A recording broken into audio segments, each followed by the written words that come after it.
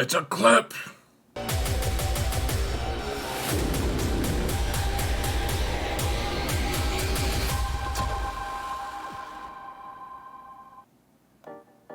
Hello everyone, and welcome to another episode of Xaereth Prevails, a Grand Arena story. We're in the second match of this season of 5v5, folks. We got the win last match, of course. Not of course, but, I mean, of course we did. However, that's not maybe the most exciting thing about this video. We're trying something new today. Well, new for a lot of you. For those old school folks who have watched my videos for years, you'll remember this video format. It'll look a little bit different now than it used to, of course. However, I ask that the people who are new to this be a little patient, and I mean, I'm trying new stuff. You're gonna see how this all works. Would love some feedback, of course, at the end of it. Want to see what you guys' thoughts are. So, yeah, stay tuned for that. Let's jump into it, folks. My opponent is a guy I faced last 3v3, in fact, the most previous week, like the final week of 3v3. So I'm facing him 2 GAC weeks in a row. Of course, there's that space in the middle, but I did get the win. It was actually fairly scary though. He was out efficiencying me by quite a bit until he ran into an Iden team that his Wamba didn't like. And after that, he got derailed on ships a little bit, and I ended up outscoring him by just enough to make me feel not too crazy bad about my Iden stealing like 30 banners from him. So, here's the compare from the 3v3 match or season, because I got real lazy and I was like, oh, this is just laying around. Let's just use this. Things haven't changed that much. So, we're pretty close in GP, I think. He does have a Tuscan squad, and that makes things a little bit more challenging. So I kept my Zori squad on offense, which is gonna be an interesting thing. There are a few different things. I placed 4 Galactic Legends, and I kept Java. I kept a lot of different things, and so I'm interested to see how this match goes, or I was interested to see how this match goes. I still am. I get to watch it again, guys. This is exciting. So before we jump in and I get to watch it again, I want to say thank you to all my patrons. Huge shout out to you guys. You guys are the real heroes. I couldn't do what I do without you guys, and thank you so much for all the support. Seriously, I truly, truly appreciate it. And for those of you who want to support the channel for free, just a quick reminder, all you've got to do is hit that like button, subscribe, comment, something like that, folks. Help mount the algorithm and, you know, get the good news out there. It's going to be a good time. This video is going to be interesting. I don't know, releasing on a Sunday is maybe foolish of me because you don't get as many views. And, you know, just being realistic about these things, you just don't get as many. So, interested to see how you guys like my video, though. I hope you select few enjoy. Let's jump into the fighting. We're doing a couple different things here. Again, I request that you stay patient with me, give me feedback, good and bad, and I'll listen. Here is the match, folks. I couldn't really... man, I wanted to do so much with this video, and you run out of time. So, first, you'll see the Datacron box is on the bottom here. I don't love this. We're going to do other things. I'm going to show my Datacrons, at least in this video, for most of the fights. And I don't love this too much, to be honest, even just looking at it now. But we'll go to a different format very, very shortly. And that being said, he's got a Ray team here. I decided to use Starkiller because it's not that different of a team than ones I've faced in the past. Now, he did something different here, though, folks. Okay, so we want to dispel the no crit on Ray, of course, and then he has the Finn Datacron here, and what that does is it gives him foresight every time someone heals protection, and he has a Kron that level 3 helps him heal protection all the time, so he's constantly getting foresight. The other thing that he did, and I didn't notice this, and I have to just give a hat tip to him. This was clever. He put a ton of tenacity on Finn. He made him fast, and that's all I looked at. I even looked at his mods. I didn't look at his tenacity. He has about 160% tenacity, folks, so I'm not landing any debuffs. What I had decided to do going into this fight, what I always try to do, is just stun lock all of them. And with his foresight and his tenacity up, I mean, it's not tenacity up, but it's higher tenacity, that's making things very, very challenging to do. Like, Finn is just a challenging guy to take out. And then, alright, cool. So you see, my Emperor Palpatine is dead already. Damn it all. And I don't know what you do. I mean, maybe Visas can revive, actually. Normally, Palpatine doesn't die nearly this quickly, but usually, but yeah, this time obviously a little bit different. Cool, so we revived Palpatine, and he's not dead instantly, so let's try to get shock on people. Alright, Rey is debuffed right now, at least, which is good. Let's get rid of her inspired. I decided to heal everyone up, because Palpatine was just about dead. And hey, look at that, we even got a stun on Hero Finn. I do have extra potency on all my characters. I will say, I think I got a little unlucky with how little I was able to get debuffs on him. Even with tenacity down and everything, he was able to resist a lot. I do think I got a little bit unlucky. Not too crazy unlucky. I think it was a reasonable amount. I just, you know, want to complain a little bit, that's all. So, okay, killed Ben, killed Finn with that AoE. And then Ben, of course, came back, and now he's in damage immunity. Damn it all. Damage immunity it all. So, I mean, not much you can do. I needed to get Ben into damage immunity before Ben had, before Rey had gone into damage immunity, or into her first ult. But that's just not that possible. Or it wasn't that possible. Gosh, okay, so Visas is gone now, and so is what's her name? Everyone, basically. Okay, so we don't have a lead. Man, we're real close to just being able to take out Rey. If Starkiller gets another turn, nope, he would have been able to take her out with a basic or his big hit, but not so much. What I decided was, okay, we have 9 seconds left. I decided I want her to hit with her ult so that she has 0% turn meter here. Because I knew I was going to lose. May as well just let her hit at 0% turn meter so she doesn't get a bunch of turns in a row. She just gets that one, because she'll outrace anyone I send in to clean up. But, alright, let's just take out Rey if we can. We took out Ben, which is a happy thought. Hooray, it's like shelves in a closet, folks. And now we gotta take out Rey. Jedi training. And it takes a little bit because you get so much turn meter, but maybe, just maybe, we can hang out a little bit and, you know, we'll train Kyle Katarn up to be a real Jedi. And otherwise, I mean, he's also got that healing immunity. Maybe we can get a banner out of this, folks. I mean, it's a cleanup banner, but still, that would be nice. Okay, no healing immunity here, and we're still hitting her. She'll take a turn eventually. But, yeah, taking a little bit. We're not really at risk. Not truly. Alright, she did her debuff, and what I was looking for, I was like, I think you can miss either of these. So let's just do a regular shot, or a regular hit. Didn't really matter. Took her out, got max health and protection. Hooray for us. Hooray for us. Here's the datacron that we're using for Afra, folks. You guys can go back and look at it. I think other iterations are a little bit longer for the viewing of the datacron. That was 3 seconds. The next one will be 5 seconds. Now, he did have Jabba in the front. He had 3 Galactic Legends showing. He had a Jedi Master Kenobi team up top in the top zone. This bottom zone, he put a bunch of squads that would presumably take a Galactic Legend. Remember now, we only have 3 Galactic Legends available. Sith Eternal, Jedi Master Luke, and Jabba, our own Jabba. Now, I do really enjoy the using the Jabba team for the mirror match. That's been kind of fun.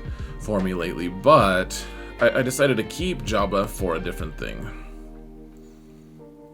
So we're just gotta take him out here, folks. I mean, we've got B2 as well. You can see his everything but his head. We're gonna switch soon enough, guys. I think back down to my face being on the bottom here, but it's been a fun experiment. I don't know if fun is the right word, but all right. I guess let's take out Chrysanthemum here. Hooray! Now let's take out, you know, Relic 9 Jabba, because why wouldn't he be Relic 9? And then Chrysanthemum never came back. Somehow, Chrysanthemum didn't return.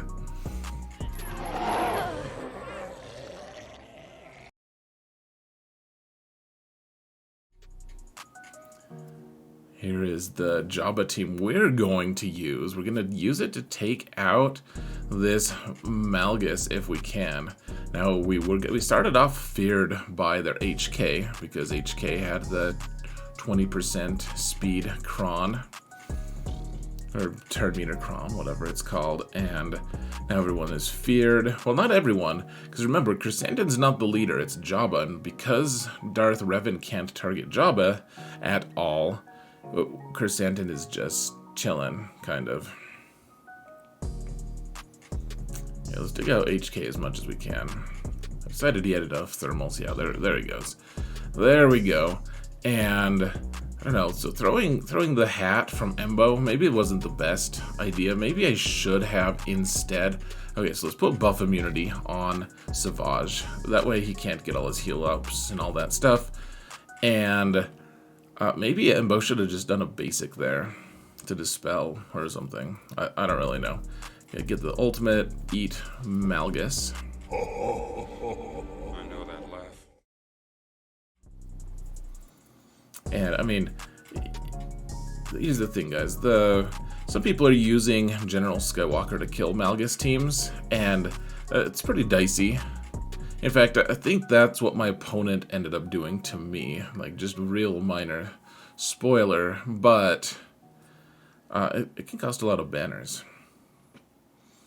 We're using Bosk here. He has his sortie squad with the level 9 sortie cron, of course. That means spare parts comes back all the time, every time. And so what we have to do here is, I mean, you guys have seen me do this a few times now, or at least one time. People on YouTube have seen me do it once. People on Twitch have seen me try to do it twice. I won't tell you if it succeeded or not, but we have to kill one of the droids first, and like, Disintegrate doesn't do anything for us if we do it, because Spare Parts says you can't instant defeat the characters who have it, but then Spare Parts typically just goes away. Usually Spare Parts just disappears, and you can see that we're kind of just we're just chilling here with all these debuffs and everything. The reason I picked the cron that I did was because I wanted a lot of protection. Tons of protection if I could, because the Bosk team also gets another, what, 50% protection on top of what it normally has. And, okay, so we finally killed one of the droids.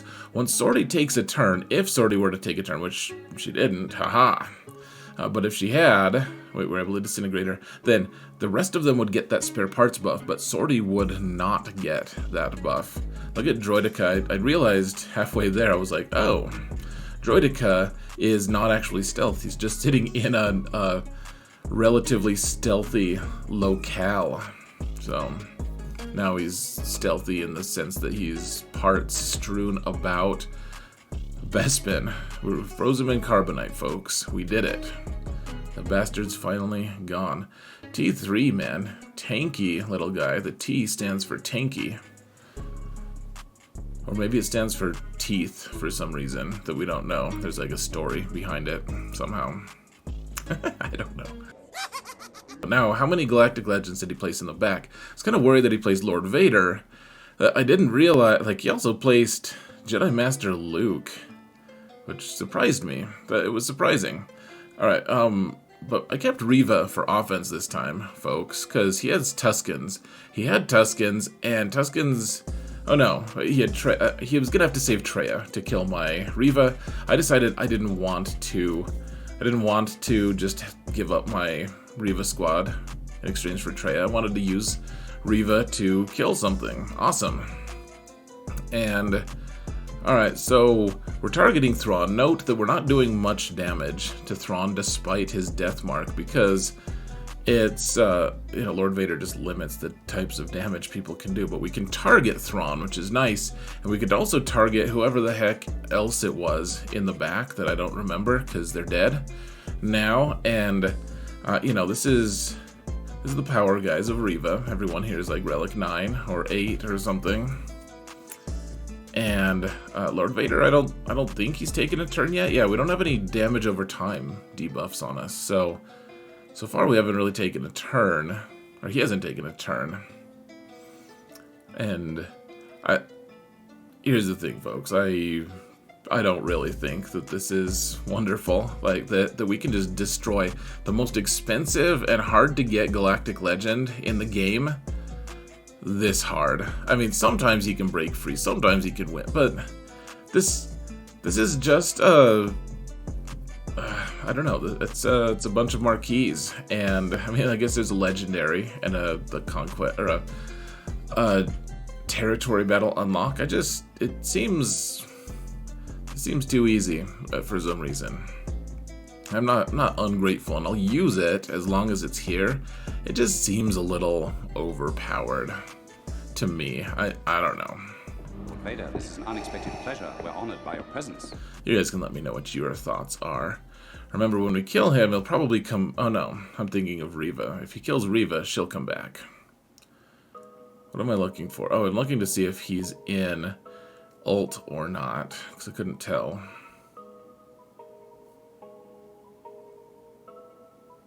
Alright. So we dropped 5. Pretty acceptable, in my opinion, because I didn't really have a great counter to Lord Vader. Now, what's this one? Oh, okay, so I put one with as much protection as I could on the squad, but it wasn't much. It was like 20% protection. So we're having Luke fight his mother here. And, we're having both Lukes fight their mom. It's kind of awkward. I don't know how to use the words with the stuff. Now, this is a weird Kenobi team because people have been, just like me, people have been putting their Kenobi squad on defense, but they want to keep GK and Ahsoka on the Qui-Gon team. So when they do that, it opens the doors for us to, I don't know, beat this team a little less stressfully in theory, but I mean, Yoda's pretty good. He takes a lot of turns. I decided to take him out early because there's no revive for him except for the Savior, and he's pretty easy to kill, and you need to get Savior triggered as quickly as possible, frankly. So we're just waiting to get Savior triggered here.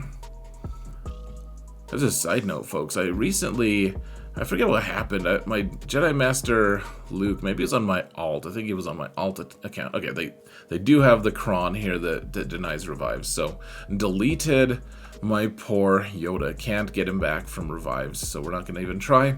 And the thing I was going to tell you guys was one snag that I hit when facing like a Malgus team with Jedi Master Luke was everyone had buff immunity on them at one time, and when that happened, I couldn't get the Jedi training or whatever it's called from Jedi Master Luke to get his ult, and so the ult meter, even though I was using his special ability and I was doing the type of damage that I was supposed to, I wasn't advancing the ult bar because I wasn't getting that buff. So, just something to keep in mind. I know that's not really what's going on in this scenario, but it's still something to remember. Okay, we lost a Jedi there. Jolie can hopefully get him back. There we go. Get him back, Jolie. Revving down frickin' again. And, okay, we've got a minute and a half, and it's starting to look a little sketch. Oh, you guys are my head up here is gonna block when I put it on auto. Eventually I do put it on auto, folks. Alright, time to take out their mom, I guess. Well, first let's take out Mace. He's not their mom, as far as I know. We don't know. I mean, maybe that's why Anakin's not been made a master. Mace didn't want to show favoritism, but one way or another. Gotta take her out. There we go. And we have 44 seconds.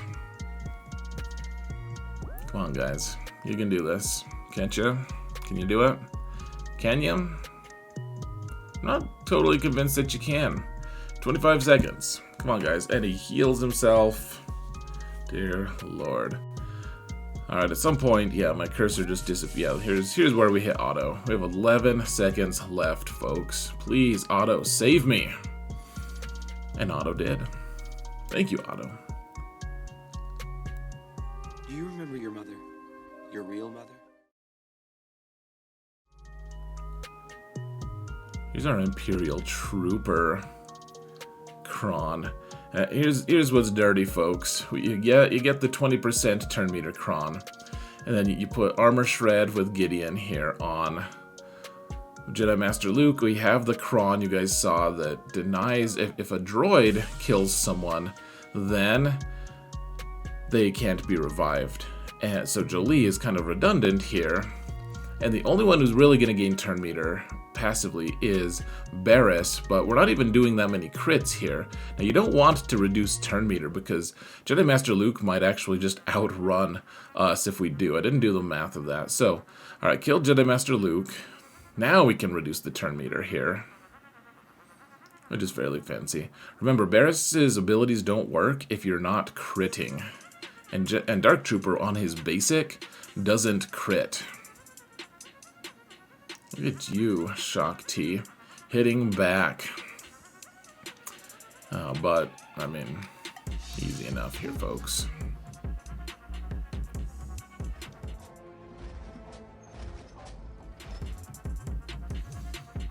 We're using Dash here, and we're using the No Revive Kron. We have Vandor Chewie in our ranks, and Bando, so Vandor can theoretically revive everyone. This, yeah, so you saw that we killed Newt already, and he's just dead permanently. He doesn't get his revive because we're fancy. I was trying to decide what I wanted to do. We only have 5 whistling birds. I was like, can we just kill Grievous? Probably not.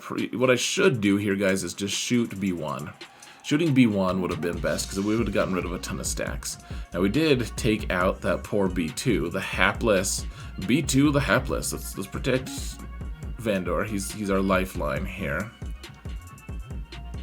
And otherwise, okay, yeah, let's do a basic so that calls everyone else to assist. Takes out B1. I guess let's heal a little bit. Try to take out Magna Guard. He gone. And remember, they have the tank revive Kron, so there was 2 different versions of things that we were blocking them from having. They were going to revive Newt, and he died because we have no revive Kron, and then one of their tanks. All right, 60 banners, not too bad. Alright, our Bad Batch are actually fast enough to outspeed these guys, except for Ahsoka, who went first, because I forgot that she gets to go super fast here. And we got the stun, the double stun on Anakin. Alright, GK's taunting, I guess. Well, whatever. Let's just save him for last, apparently. 65. You just need to have faster mods on that team. Faster than Bad Batch, or don't place it, folks. Alright, we're using Zori here. Zori time. Trying to take down Radis, which is a little bit scary on some levels. And I've never used Zori on offense. Never once in my life. And so just trying to figure out what I'm supposed to do. So, you know, we just want to call the mass assist a whole lot. We're using the Zori Kron. So I passed the turn to R2-D2. So they put stealth on everyone, and once people go out of stealth, they take a bonus turn under the Zori Kron. Yeah, so I guess we'll just shoot down. I mean, that was Xaereth Rebel Pathfinder. I guess we don't need to. I don't know why am I not shooting ADRAD? It's interesting.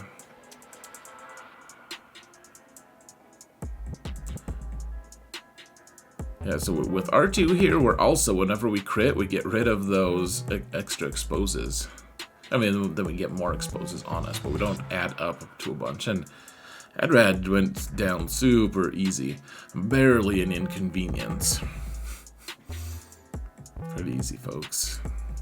65 banners. We're running through these teams, man. Just running through them. He placed 5 Galactic Legends on us, and this fleet zone is pretty nasty. Put the 3 toughest fleets to beat. It's a trap. But we will not negotiate with terrorists here. We're using Xaereth Eternal with Watt with a bunch of health on his Kron. And I decided to put this on Dash. I was going to put it on Hondo, potentially, because Hondo takes a lot of turns, but you can see Hondo already has his Millennium Falcon buff, whatever it is, the no target me buff. So we're just trying to get our ult. Of course, L3 is a pre-taunt, so we have to target her. Targeted Dash because Dash takes a lot of turns. And we're just trying to keep Watt alive as long as we can. I kept telling Watt while we were in the match, I'm like, you're not going to be alive for super long, but it like gives me something to do, at least something to focus on. And he's actually doing okay. We're kind of close to our ult here. Might as well just keep dreaming. Maybe Watt will survive. I mean, super unlikely.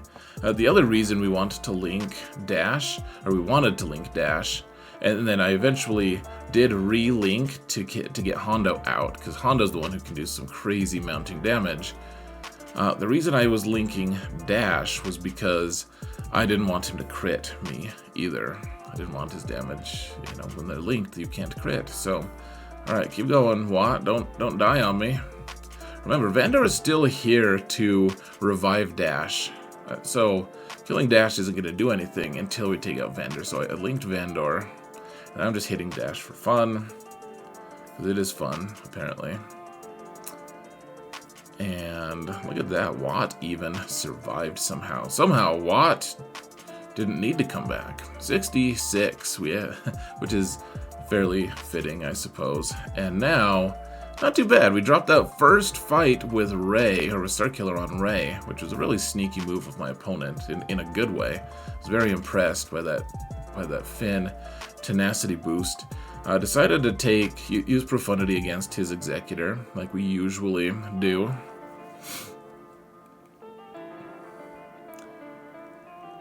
I mean, this one is like they didn't kill Y-Wing, which is nice.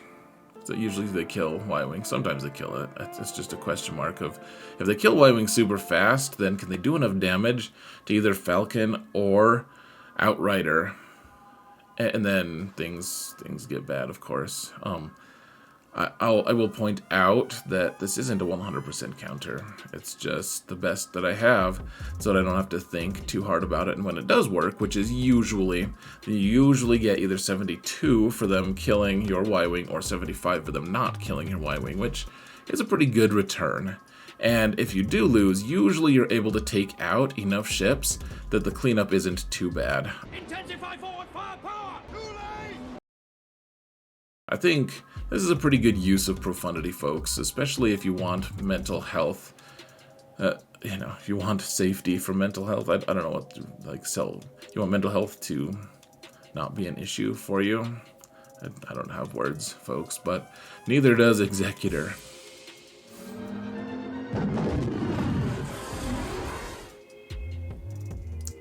Alright, let's use Executrix against Profundity. This build is scary. The only reason it's scary, and I'm still trying to learn it a little bit. So, you want Gauntlet to go here and cleanse that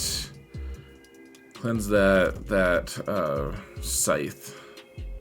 Right, the reason it's scary is sometimes they don't kill your ads. Like, you need someone to die, and if someone doesn't die, you can't call in your TIE Bomber, and then you do die. Then a lot of people die, and it's too late. Like, you really need someone to die here, and you know, right now we're just in a holding pattern until we can get TIE Bomber in, And guys, we need, thank God. Okay, killed one of the TIE fighter ads. Good. So now we get TIE bomber in. We set everyone on fire, and because they're on fire, they can't assist each other. So I decided to just take out Biggs here. Biggs is kind of a weird addition to this squad. He comes in. It's just like, all right, bud, what would you say you do here? He's like, I heard Vader's in the area. Could you have him kill me? Could you please ask him kindly if he would fulfill my destiny? He didn't really say that. He mostly went and died. It's really sad. He was like, I can't shake him. And then he died. Alright, no one's dying here. Usually like shuttle dies or something. We got some pretty decent RNG here. Though we almost, the good RNG of no one dying almost translated into us just being totally screwed because no one died. Luckily, Falcon bailed us out and did an AoE to kill one of our TIE fighters. But alright, cool. Let's call the other TIE fighters in. 72 banners. Not too bad. So 75 and 72 against the two best fleets in the game. And now let's use Malevolence here against. So I got kind of lucky here, folks. I meant to keep my Negotiator, in fact. I meant to keep it and place Malevolence, but then, things got a little hectic at work, and I couldn't do that. It just wasn't an option to, I couldn't fix it. I forgot. Well, it was an option, I just forgot because I was busy at work. And so, he put down the perfect fleet for Malevolence, though. With fives starting, just the perfect fleet for Malevolence to take out. Because you can see, everyone's dying of sadness. I just have muscle memory on this, because I used to do it. I did it for over a year in Arena, just practicing this particular matchup. And, yeah, I mean, really easy. 69 banners. And ultimately, guys, this is a pretty decent clear. The score is, it gives a lot of pressure to my opponents. 1815. That means, so the soft max is at 1853. That means that I dropped, what, less than 30? Is that right? No. Less than 40 at least. I dropped 30 something. So one fail on his end, and then a couple drops here and there for banners. Like one fail for him was going to be a really tough thing for him to be able to recover from. And let's go and see how it ended up, shall we? So he attacked pretty soon after I did. He dropped one on Lord Vader immediately. That was his first fail. He got 4 banners. He killed everyone but Lord Vader. Then everyone else he killed. The Malgus team, I'm pretty sure he used General Skywalker because he got such a good score. Or he got such a bad score, he dropped 9 or 10 banners on it. So I'm tempted to believe that. Up top, he failed a couple times on General Grievous, keeping my kind of record intact. It's been crazy how many holds this team has gotten. I know eventually people are going to wise up to it, but it's gotten me a lot of holds so far. And then in the back zone is where the wheels really came off. He took out my Kylo team I think he dropped only 5 banners there. But then the Rey team, what happened? I think he killed Barriss maybe, or maybe Ben. I don't know, he killed one of them. I think it was Barriss, and then the rest of them he left alive. He did finish him off, but then he just didn't have enough teams to kill the CLS with Chupio Kron, and we ended up getting the win. He did full clear my ships, though he wasn't that efficient on ships. That's not shade, that's just me stating fact, folks. And the final score was this, because he didn't clear. It looks overwhelming, though remember, he was probably just one team away from being able to full clear me. He just had one unexpected fail somewhere, and I don't plays a kind defense. I mean, even though I kept 3 Galactic Legends, there's a lot of really tough teams on defense that require legitimately strong teams to counter, and that's how you set a really strong defense, is you just have a pervasive defense that don't have a lot of easy outs, And eventually, something like this will succeed. I mean, this is in the top 30. I think I was number 32 going into this match. So now I'm number 22, which is crazy.